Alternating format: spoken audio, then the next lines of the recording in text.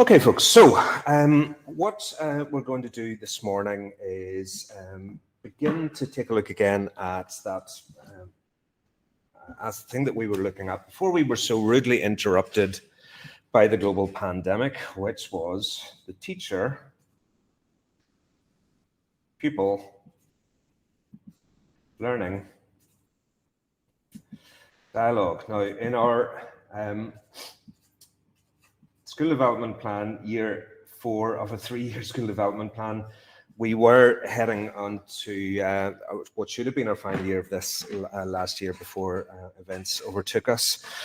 So what we want to do is in many ways to try and keep what we're focusing on as manageable and as steady as she goes really as possible, because last year was difficult and we don't really know what this year's going to be looking like. But also very importantly, we want to make sure that we are continuing to try and develop and embed these things that we were focusing on before. Now, because we didn't really talk too much about this last year, what I want to do this week in the 2 sessions is divide it into 2 halves really. And this first session today is going to be a little bit of looking back as a refresher reminder of some of the things that we did in this before. And then Thursday session will be picking up very explicitly in that feedback loop that I was talking to you about in the training session yesterday. Okay, if somebody's telling Karen to do that, she may well be joining from a Google profile that isn't a C2K one. Pass that message on to her, somebody. Okay, so, and I'm going to use the visualizer for this. I don't know about you, but I am absolutely loving using the visualizer. I think it takes me way back to the 1990s whenever I started in teaching with the old overhead projector and all the pens and things like this. There was a wonderful art to drawing these things out. So I'm going to be using the visualizer for the first part in this today. And what I want to do, first of all, is to remind us of what it was that we tried to do in terms of defining the term learning. We talk a lot about teaching and learning in our job, a lot about it. But it's one of those terms that sometimes you don't really sit down and think about what we mean by that. What is the focus that we have in that term? What is learning? If we were face-to-face at the moment, maybe I could get a few answers to that. The questions might be slightly more rhetorical given the format that we're doing at the moment, but have a think about that for a moment. How would you define that term? So what we said when we were doing this before is that learning, at the very least, involves these things. It involves, first of all, a change in the long-term memory.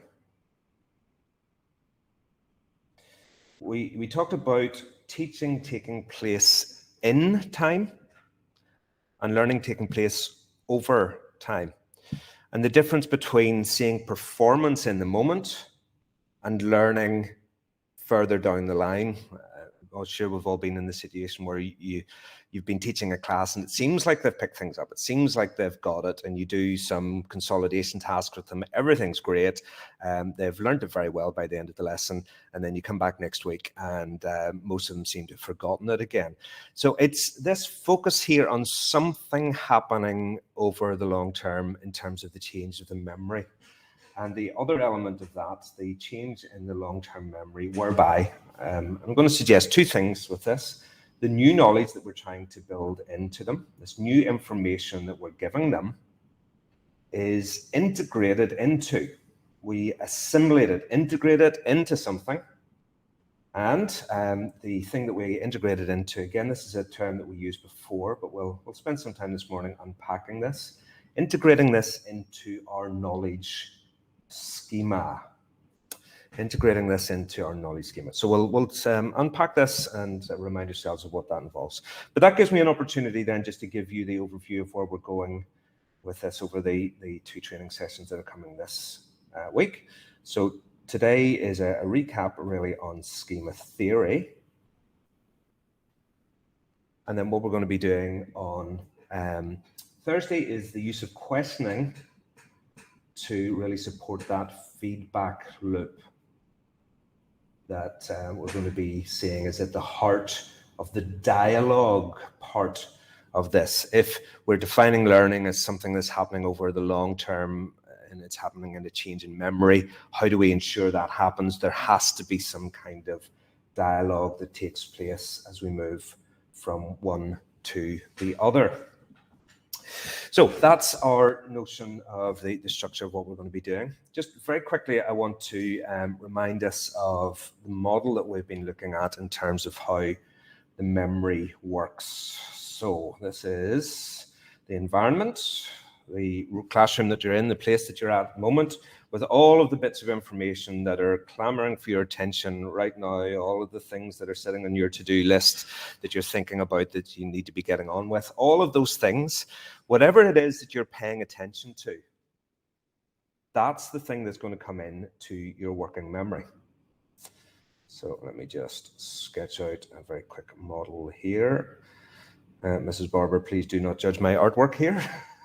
It's a slightly deformed head and it looks like it's exploding at the top, but go with me in this.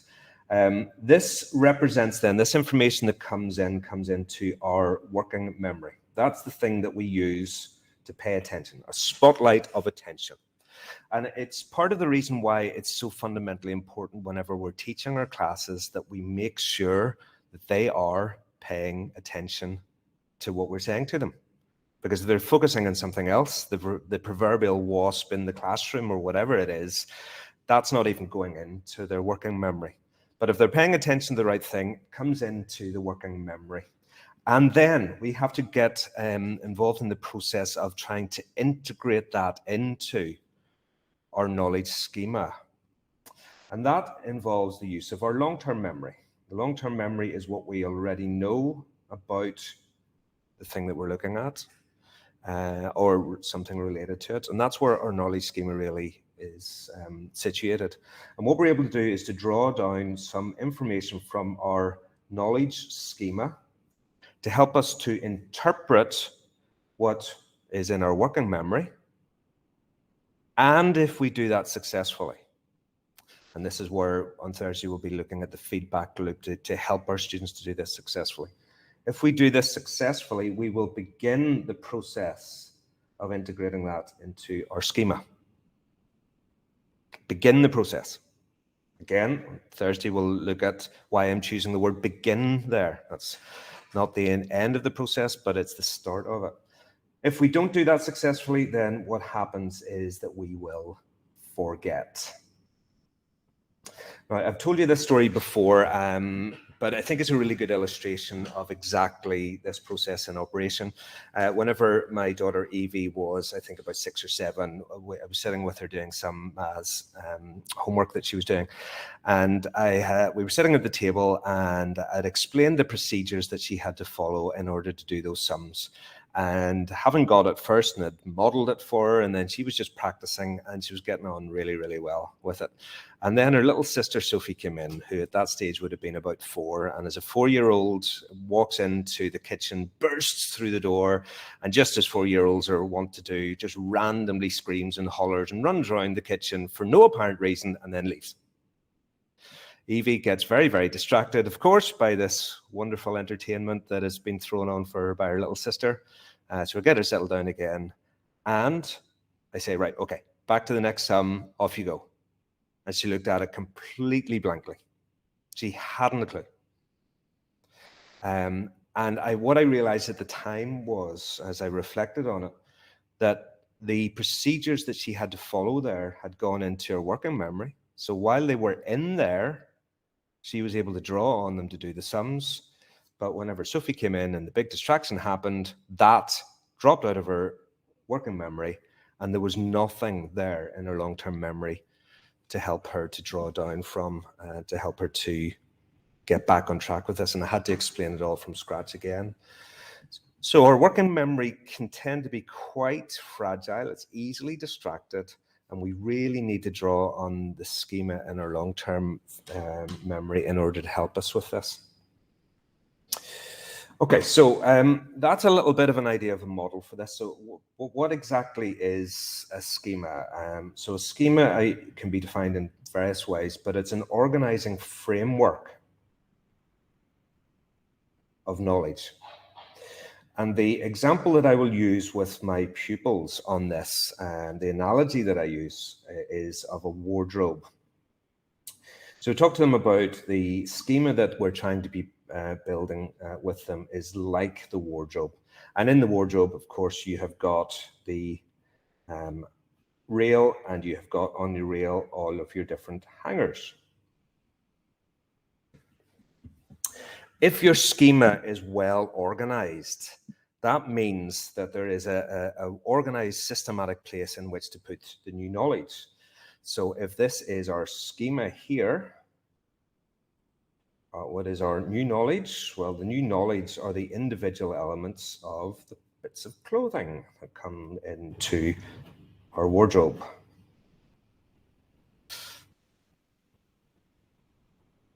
Like so. Now, whenever I'm talking to the pupils about this, I'll say to them, right, what is your wardrobe like at home?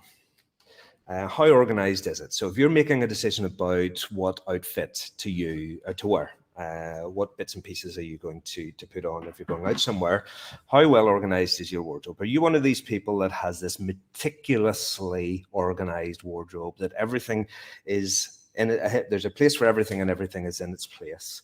That it's maybe color coordinated or coordinated by outfits. Maybe your sock drawer has got the socks all rolled together and perfectly placed in, color coded and things like that.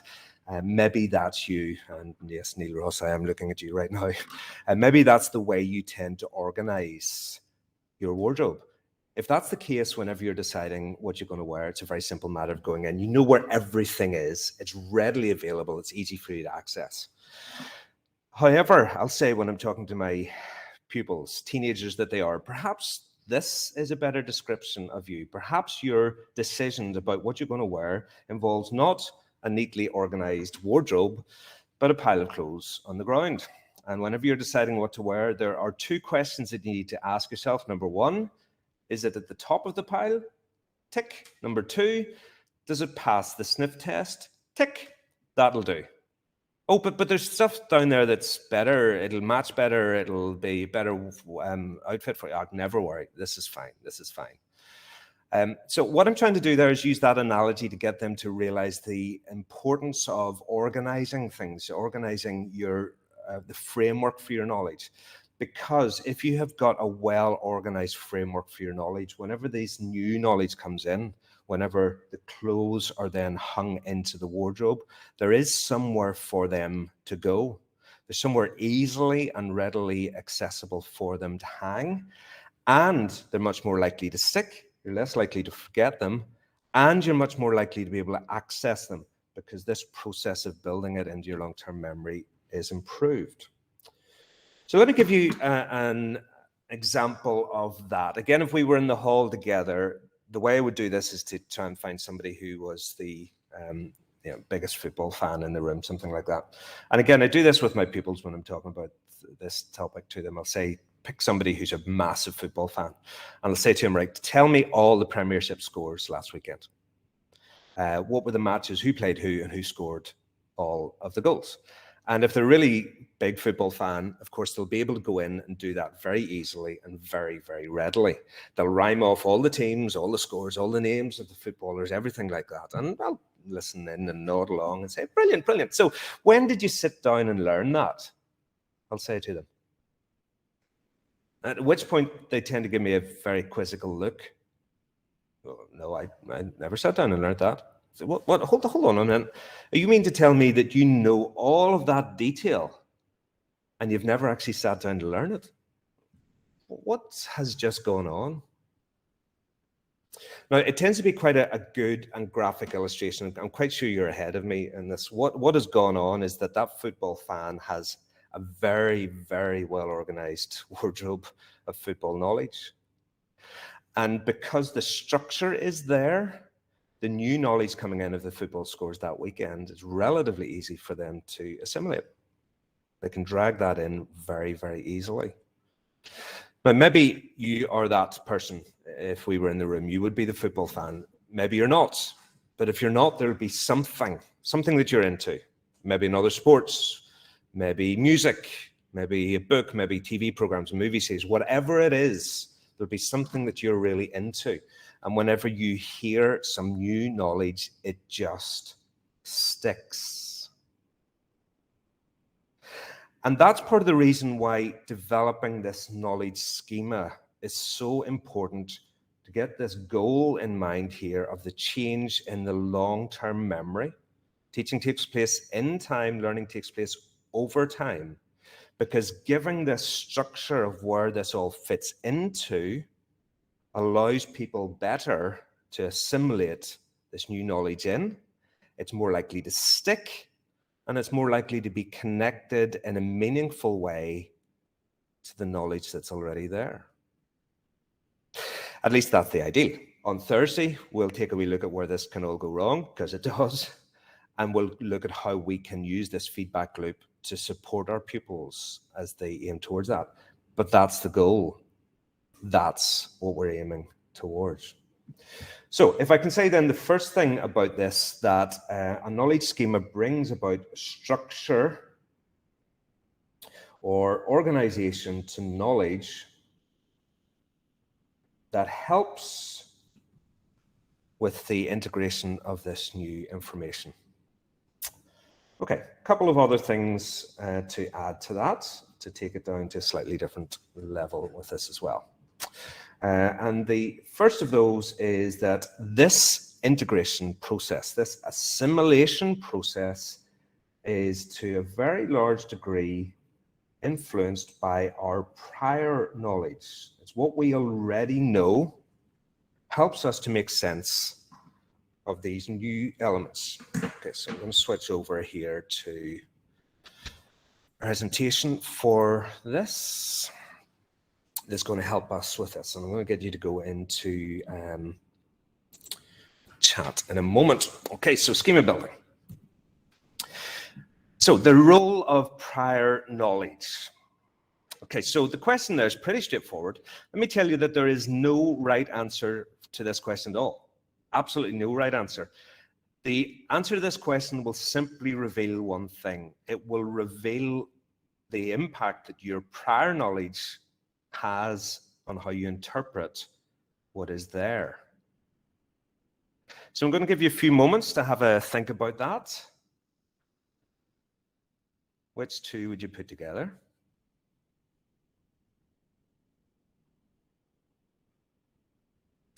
Okay, and now we're going to go into the chat. Now, this is how I want us to do this. So it's a little technique that I found that worked really well when I was doing remote learning. Do you know, whenever you go into the chat, and I wish that Google Classroom had that thing that you have on WhatsApp, you know, whenever it says typing, because, you know, you ask those questions when you're doing live streams and you ask them to type something in the chat and there is nothing, and you're sitting there going, did you hear me? Does anybody know, or what's going on? And what very often happened was that people quickly cottoned on that there'll always be 2 or 3 people in class who'll always type in the answer. And if I just pretend that I'm slow, I don't need to type in the answer. So it was a nice little way that I found of getting around that, which was to do it this way. So I'm going to get you in a moment to type into the chat which two you put together and why.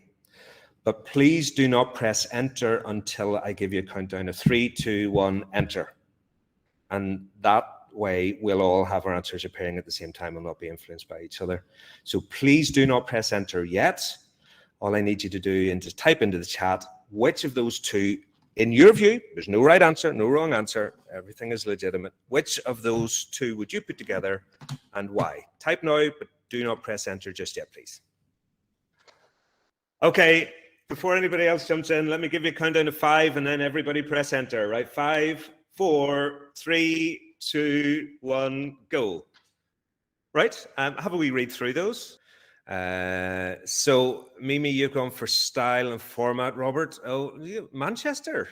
That's a good geography answer there, Robert. I'll come back to you in a moment as to why you've chosen Manchester. That seems a bit random. Amber, Karen, colour, cuffs, home shirt and third shirt. Again, a bit random there, Wayne. We'll let's have to see what you're talking about there for a moment. Mr. Robinson. Oh, your favourite teams. Do you really support 2 teams, Mr. Robinson? Do you really? Now we're beginning to see a little bit of information here, aren't we? We're starting to see those who recognise the fact that, if I show you on the screen, that these are football jerseys. Well, they are football jerseys if you already know that they're football jerseys.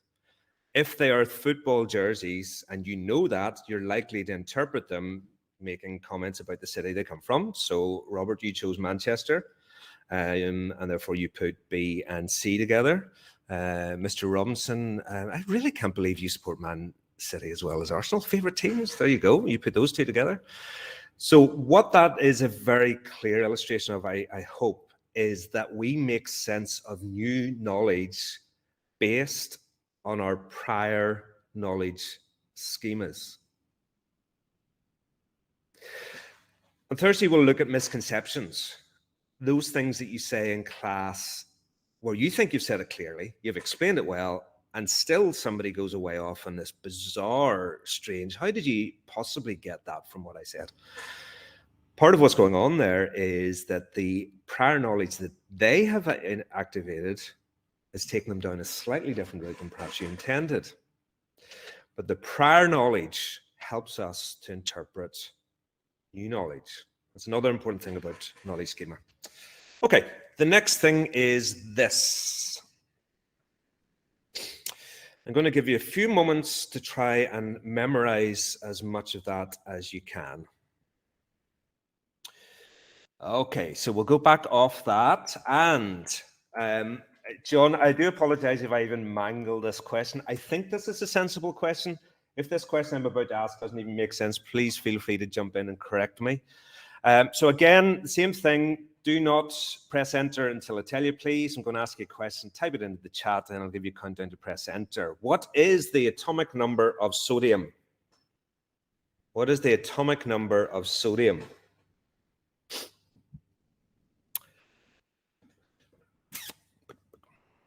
What is the atomic number of sodium? Right, here comes your countdown. 5, 4, 3, 2, 1, go.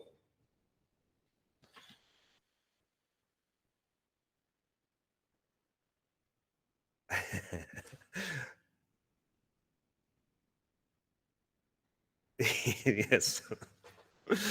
Oh, there's the wee English department at the end. If it's any consolation, I know next to nothing about chemistry, either Chloe and Sarah. So if I had been asked this question, that's I think what I would have been doing as well. Amber, are you refusing to reply? Is that what that nah is for? Nah. Oh, good for you, Tracy. I don't even know what atomic mass is. Okay, so I think the correct answer is 11. Am I correct, John?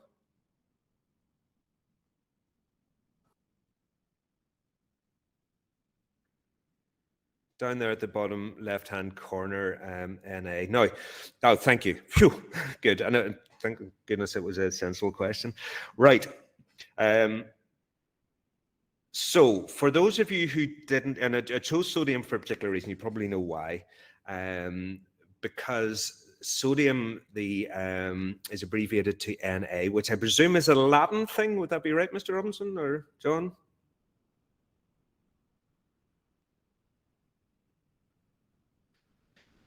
So unless you know that Na is sodium, thank you, you wouldn't even know which one to look for there.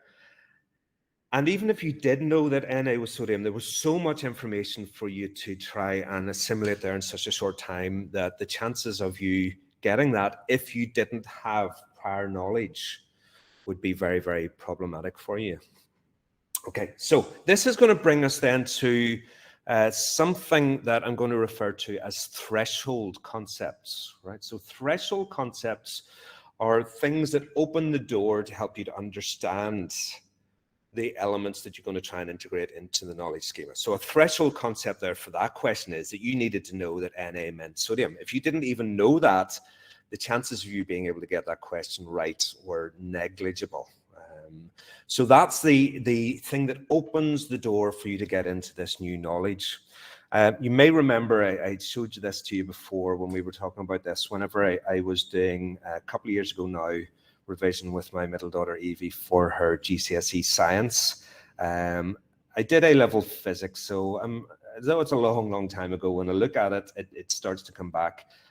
Geography and biology have enough of an overlap. I even discovered, Tracy, that I could do some lovely coloured diagrams for my daughter when I was doing the biology revision. So the colouring pencils came out. It was lovely. But when it gets into chemistry, gave that up at the end of third year. I really don't know. So I was looking at this. Oh, there we go. Latin for natrium. Thank you, Tracy. Very good. When I was looking at this sentence, metal carbonates react with dilute acid to produce the salt of the metal, water, and carbon dioxide. Now, I know what each of those words is, but that sentence as a whole didn't make any sense to me. And the problem was, conceptually, I didn't know what the salt of a metal was. That was a threshold concept that I needed to be able to understand that I couldn't get. So I reached out to a friend of mine who is a science teacher not too far away from where I live. And this is what she typed. There's absolutely no point in me reading that out to you, because even now I don't really know what that means. But very helpfully, she went on and did this. Looked at that and thought, okay. I said to her, I got it. Can I confess I really didn't get it? Because conceptually speaking, what is the salt of a metal?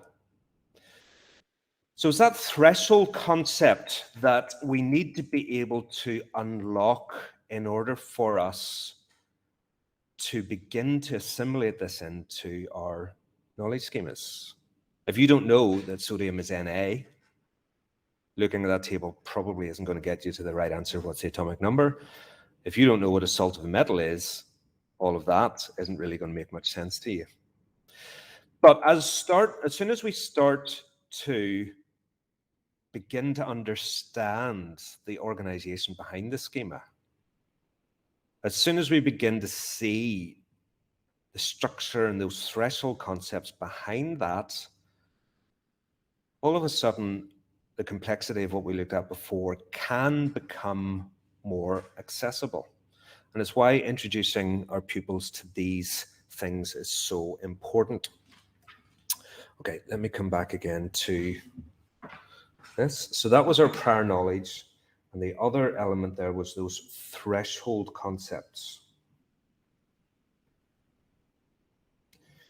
Okay, so the prior knowledge, the idea behind that is that we interpret new information based on what we already know.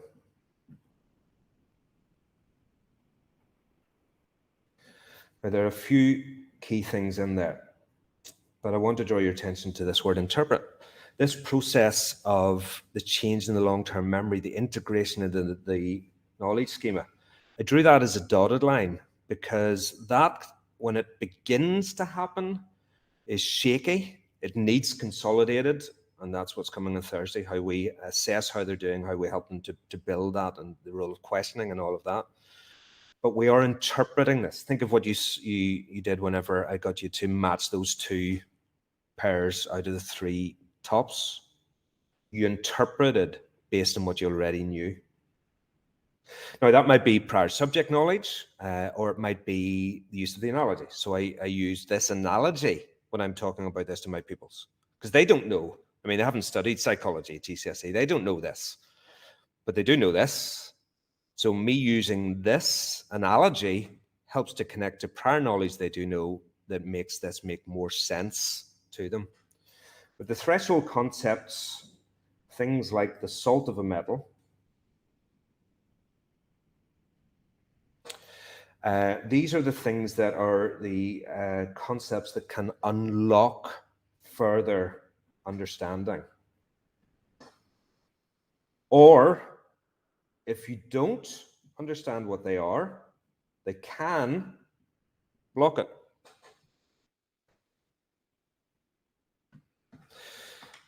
And one of the things I'm going to get us to think about as we're reflecting on this is, what are the threshold concepts in any topic that we're going to be covering with our pupils?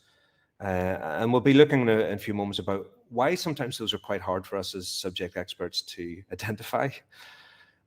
But this is something that's really important for us to know, that if we don't identify them and unlock them for the pupils, they actually can become a blockage. Doesn't make any sense to me whatsoever. I'm sorry, I'm stuck at Na for sodium. I didn't even know that, so I can't get any further. I'm stuck at a salt of metal, whatever that might be. Okay, so part of the reason why I did this with the visualizer, folks, was because what I've been doing as we've been going through this is actually producing a knowledge schema for this. So I'm going to quickly summarize what we're going to be doing here. I have a video that I'm going to show you, and then I'm going to give you a wee bit of a task to be working on in preparation for Thursday. But the whole notion for me behind doing this, why I wanted to do this, was to show you the role that the schema can have. Did you notice how many times whenever I was talking through this, I'm referring back to the other bits and pieces here? I'm pointing to this, I'm pointing to that, pointing to the other. So outsourcing a knowledge schema like this has a few benefits. First thing is that it's not overloading your working memory. Okay, particularly in this format, whenever we're not in the same room, there's going to be any number of environmental distractions, anything around you that's going to be distracting. It's very, very easy to be distracted here. So what I was trying to do is to make sure that I was minimizing the load on your working memory by outsourcing this. I wasn't requiring you to remember this structure or the wardrobe as I was talking. At any stage, you can glance back at this and see where we've been.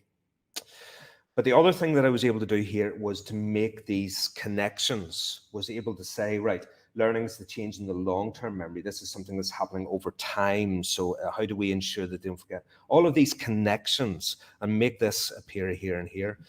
Because what we have as subject experts in the room, we have, believe it or not, a very, very well-developed knowledge schema for the things that we're teaching.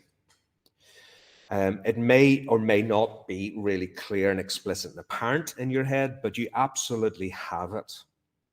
And part of what that gives you as a benefit as a teacher is the ability to visualize this, either literally visualize it like this or just even conceptually have it in your head. You're making connections left, right, and center, which means that the new information is going in. So you, in other words, are the football fan who's able to repeat all of the football scores of the previous weekend without ever sitting down and learning it.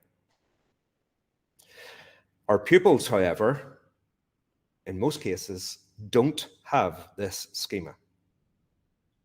So part of what we can do to help them to have this long-term change in their memory is to make explicit this schema as we're instructing.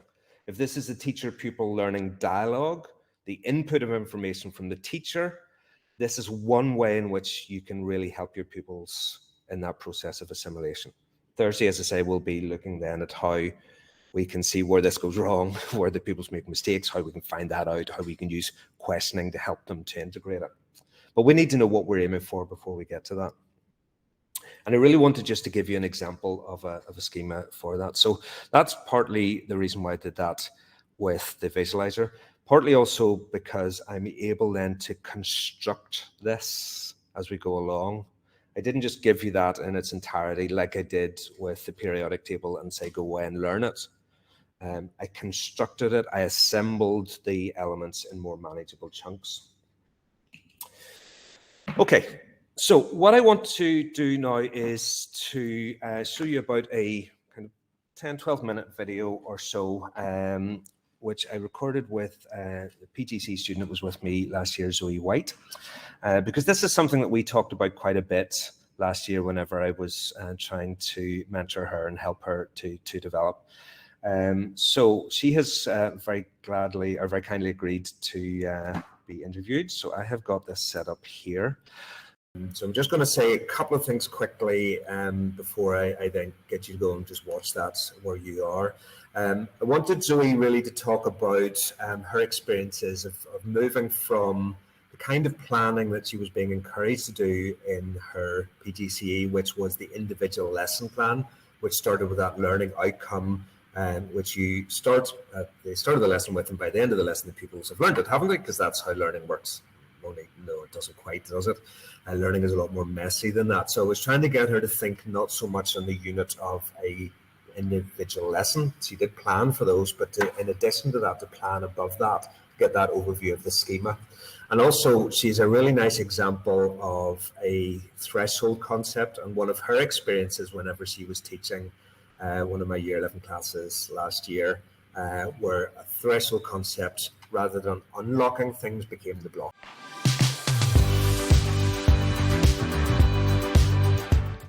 Hi, Zoe. Thanks very much for joining us. I just want to give a quick update of where you're joining us from before we start into the serious questions. Yes, of course. I'm in a little place, or a little village called Kirkinner. It's in Dumfries and Galloway in west of Scotland. So a bit of a change from home, but much the same, greenery everywhere, and feel like I'm out in the sticks all the time. So it's much like home.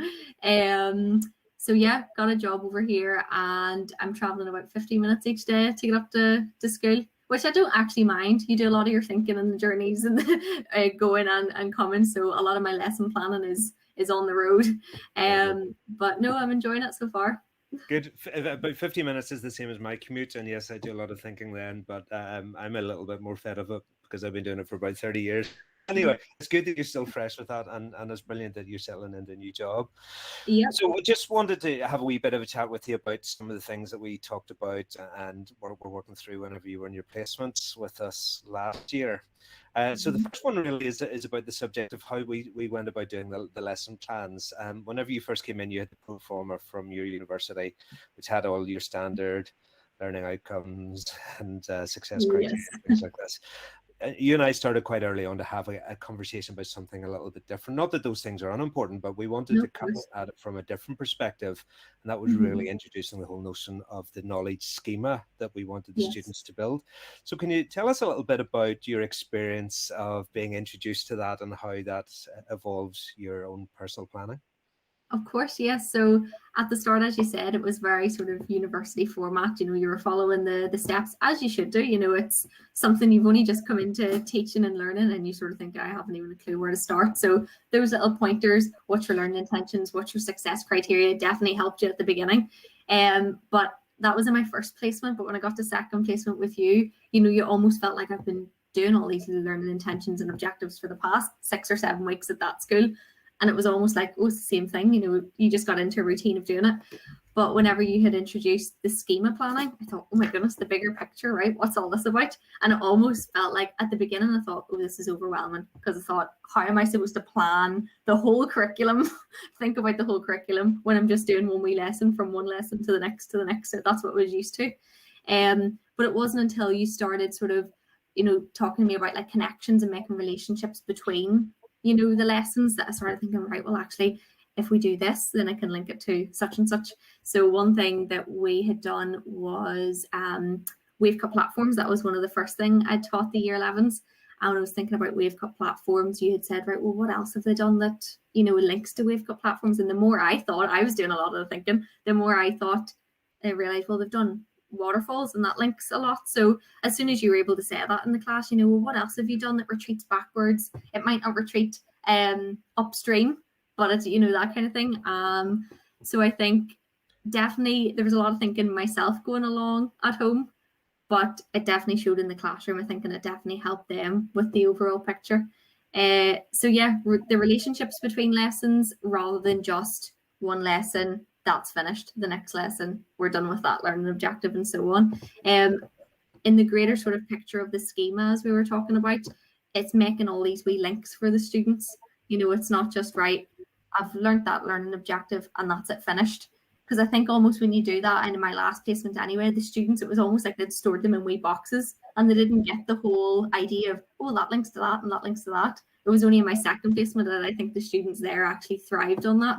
Whereas the ones in last placement, they had never made the connections because I'd never helped them.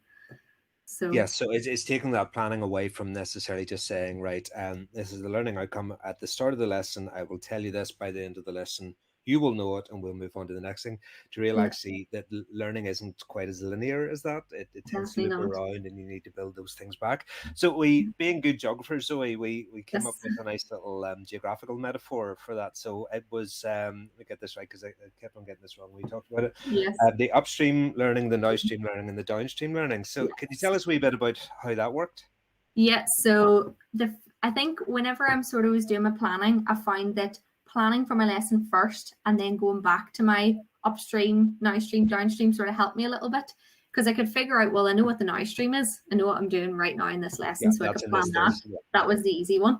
But then getting the upstream, well, what previous knowledge do these students actually know? Because I didn't know as a newbie in the school. So I was saying to you, right, well, what have they learned before? So you'd given me their rivers booklets before coasts. So I thought, right, everything in rivers. So I was able to go through the booklet and link everything to what am I doing right now. So that was another easy part once you got there.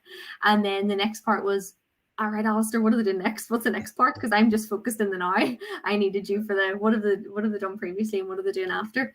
And that's what I'm trying to do actually at the minute in my own lesson plans at school. Now it's difficult because you're straight in, you're coming home in the evenings, you just want to get through a lesson plan. I'm still doing my lesson plans, by the way. Try to get through a lesson plan, and then I'm like, right, at least I've got that as a safeguard tomorrow. If anything fails, I've got my wee lesson plan there. I just sort of feel it safe. But I think at the start of the lesson plan, as you say, having that upstream, now stream, downstream, it helps me make the wee links across and helps them as well, because I'm able to say, well, this is why you're learning this, because later on we're going to be learning such and such. Yeah. So I think it helps. So you can make those links really explicit to the people. So you talked about the example of the wave cut platform. So the erosion processes are quite similar to rivers. So what I often find is that the pupils are very, you mentioned about compartmentalizing things, that they don't naturally make those links, and for us to be aware and to help them make those links. And even just to, when you're thinking of the downstream of planting the seeds, so you're doing some stuff on climate change and sea level rise. And, at the minute, planting some seeds with my students last year. Oh, with your students as well, okay. You were planting some seeds there. So that was one of the examples of you didn't know what was coming next, but I'll pick up on that this year. Of course, because of those seeds that you've planted, I'll be able to refer back to that. That's it, exactly. Right, very good. So the other thing that I wanted to talk to you a wee bit was something that we discussed on threshold concepts, right? So how I was defining a threshold concept was something that would get you through the door. So if you open up the door and you're at the threshold, you need to be able to have that threshold concept to get through the door. If you don't have that, you're not even going to get into the room. So can you talk to us about an example of how, again, in your planning, if your scheme development, you identified a threshold concept and your experiences of dealing with that with the year 11s? So I remember we were doing one lesson, and I can't actually remember what the lesson was on. I think it was whenever we were doing sea level rise. It was, and a graph had come up. It was sea level rise, and a graph had come up, and I thought, right, it's always good to introduce them to graphs and maps, because you know that there's always one going to come in the exam. So getting them introduced early and put the map up, or the graph, up on the board, and talk them through it as you would. Look out for, is there a title? What's the X and Y axes? Is there a key? So giving them all these wee pointers, which I thought was enough. And there they went and they had a wee discussion about that. What were they actually looking for? Describe the graph. But whenever I started saying about describe the trend, I got a different atmosphere in the class, from describe actually what to say what you say, to, well, what about the trend? So I kind of thought, with probably being a student teacher, oh, they'll know what a trend is. It didn't even cross my mind. Trend is slip off the tongue. It's a word I know. It's a word So whenever I'd said that and got them into pairs to work, it was just blank. Well, I think one of the answers actually was, it's zigzaggy. That was one of the answers, and I was like, right, we haven't got this. So because I hadn't planned for it, how do I plan? How do I work around what a trend is? I can't even describe what a trend is. I just know what it is. So I had to go home that evening. We carried on the lesson anyway. I went home that evening, and then it was like, right, well, what trends do they actually know? So thinking, and we had talked fashion trends. That was the first thing that had come to mind. Right, they know what which is the first thing that comes to mind whenever anybody thinks of me as a trendsetter that I am. Oh, yes. Of course. No, so fashion trends. So I thought, right, well, that's going to be the first thing. But it wasn't like go in and just say to them, right, yesterday we were doing trends. You know what fashion trends are. It was more thinking asking them, well, what other trends do you know? And straight away the answers were, the girls were saying, fashion trends, I know what that is. So that was brilliant, getting them even just to discuss, well, what is a trend now?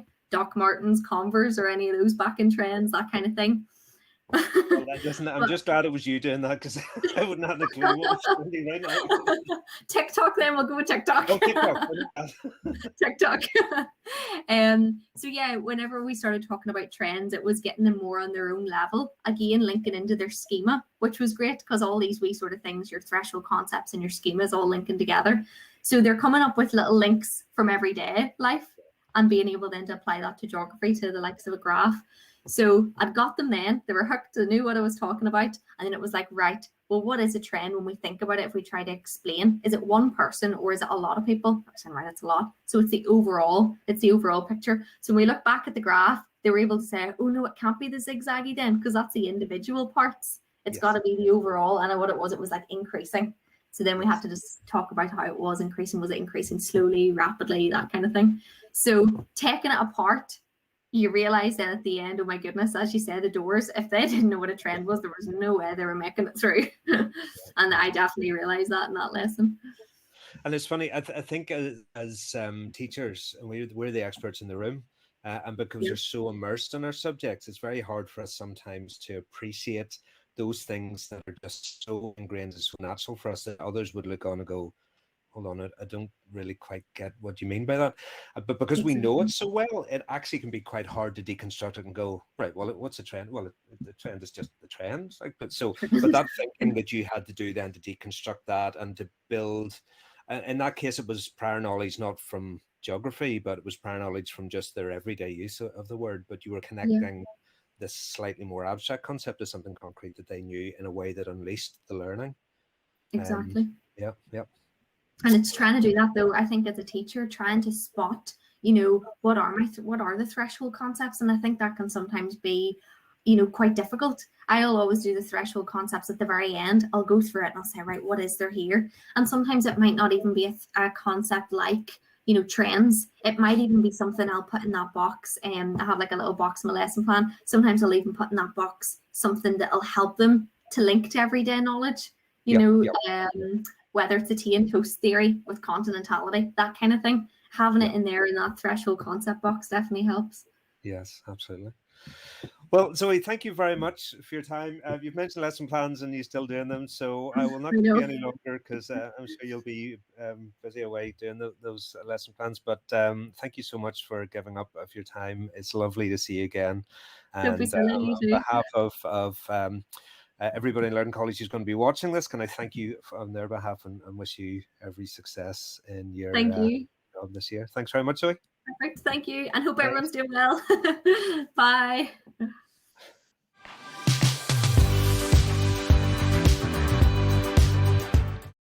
Zoe was absolutely brilliant to work with.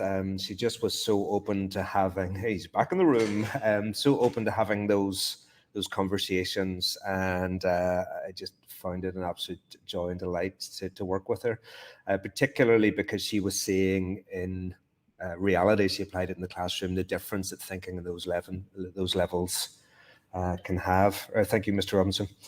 Okay, folks, I only have a few more minutes left with you now in the live stream, because I'm very keen to take what we've just done, which is this theoretical looking at these things, and give us a chance to actually put it into practice and actually give a go at seeing how we get on with doing these things and applying this notion of the schema theory, and particularly next time when we come back on Thursday, what it looks like to plan for questioning to make sure that pupils assimilate this information well.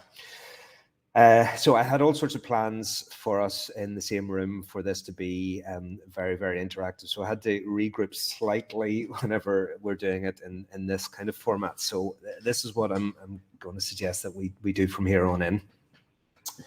In a few moments' time, I'm going to wrap this up, which is going to give you the remainder of the session to work on what I'm going to suggest that we do for now, which is I would like you to pick something from preferably A level within your subject, something that's pretty challenging and pretty difficult, something that wouldn't necessarily be everyday knowledge. And I would like you to take some time now to sketch out, to visualize your knowledge schema for that. This may be something that you're used to doing. You may do this quite frequently, and you know exactly what I'm asking when I say this.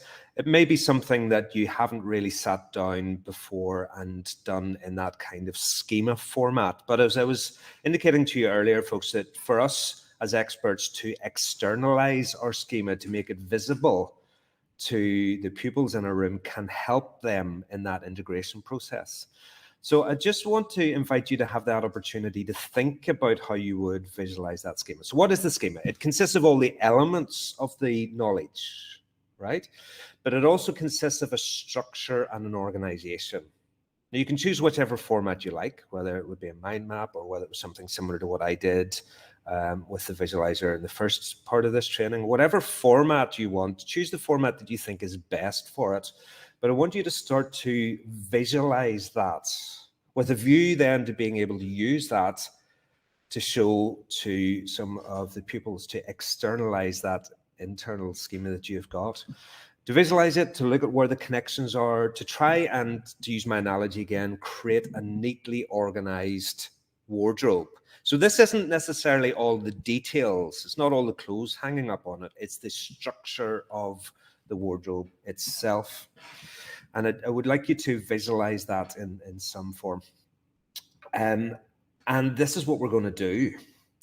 So when we come back on Thursday, I'm going to take a similar kind of approach. So the first half will be me giving you some training and instructions on questioning, I hope. And then you're going to get a chance to put this into practice. Now, if we'd been in the assembly hall, what we would have done is broken up into groups of 3 from people that are not part of your department. So they're not going to have the subject knowledge. They're not going to have the schema necessarily. And you're going to have a chance to test this out. So you're going to have a chance to share your schema and explain it to the others in the group. And then what we're going to focus on Thursday is the role of questioning. I'm going to give you some training on some of the questions that you could ask in order to help you to discern, are these folks picking this up? Are they understanding in this teacher-pupil learning dialogue? How can I use questions to help ensure that that process of schema construction is happening well? So you're going to get a chance then to do that in groups of 3. You're going to take turns to present and ask questions to the other 2. And then we're going to reflect a little bit on how well you were able to diagnose how well they picked the information up. So in order to make this time manageable, let's not pick something that's big that takes you half an hour to explain. Aim for something that is concise, 5 to 10 minutes, but something that is from your subject that would be beyond everyday knowledge, something that the others in your group will probably not have much prior knowledge of. And then hopefully that will give us a good opportunity just to work together and reflect with each other and get some feedback from each other on our questioning technique.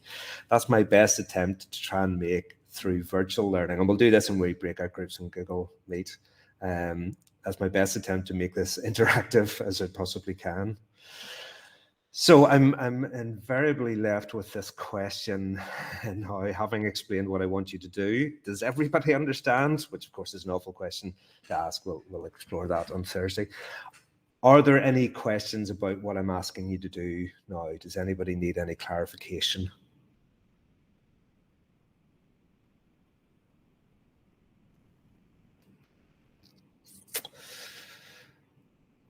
Quick recap on the nature of the task, Katie.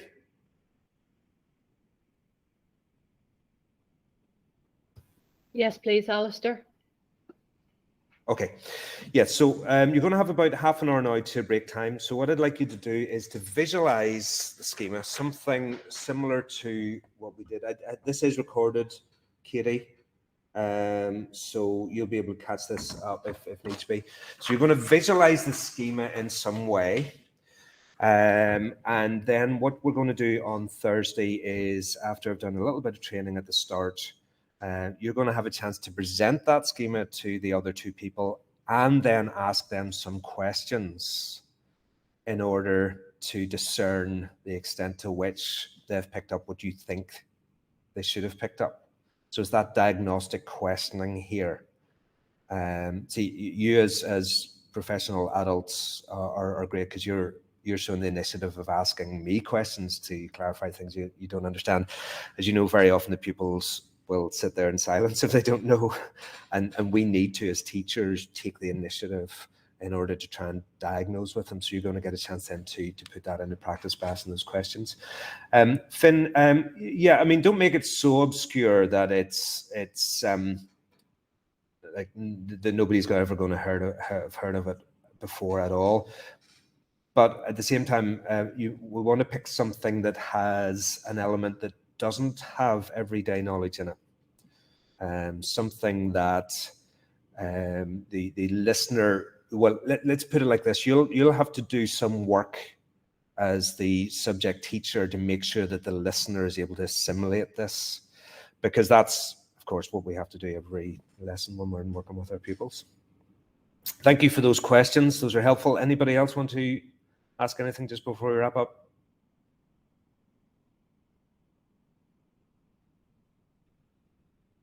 Okay. So it's 10:30, break time's at 11 o'clock. So that's half an hour now for you doing, and pick something that you're going to be doing this year. I mean, plan something that's useful for you. Let's not make this abstract, make it as clear and as useful as possible. But you've half an hour to work on that, and then we'll reconvene again on Thursday and pick up from there. Okay, folks. Thank you all very much indeed. Okay, Alistair, maybe just before you go, just a big thank you to all of us for all the time and effort that you put into planning for today. I had that unusual experience earlier on of hearing you teaching or certainly communicating with staff in every single room in the building as I made my way around. That was then followed up by hearing you twice as you were interviewing Zoe, and then listening to you live on Google Meet as well. So thank you for your omnipresence this morning. Thank you for your preparation. And I mean, I think that I'm obviously thinking as a linguist, thinking of the types of things that we might think about. Something as simple as pronouns, and how we teach pronouns and how we get that across to young people. Because as linguists, we know pronouns are pro is place and noun instead of a noun. You know, what's a noun? You know, so yes, I mean, absolutely spot on what you're saying. And I think you've challenged us. I think if there's a teacher sitting there, any of us sitting there this morning, and this does not include me, I can tell you, but if there's anyone sitting around who's never had any issue with any of your subjects, you've probably got a deficit somewhere. Because it's a good thing.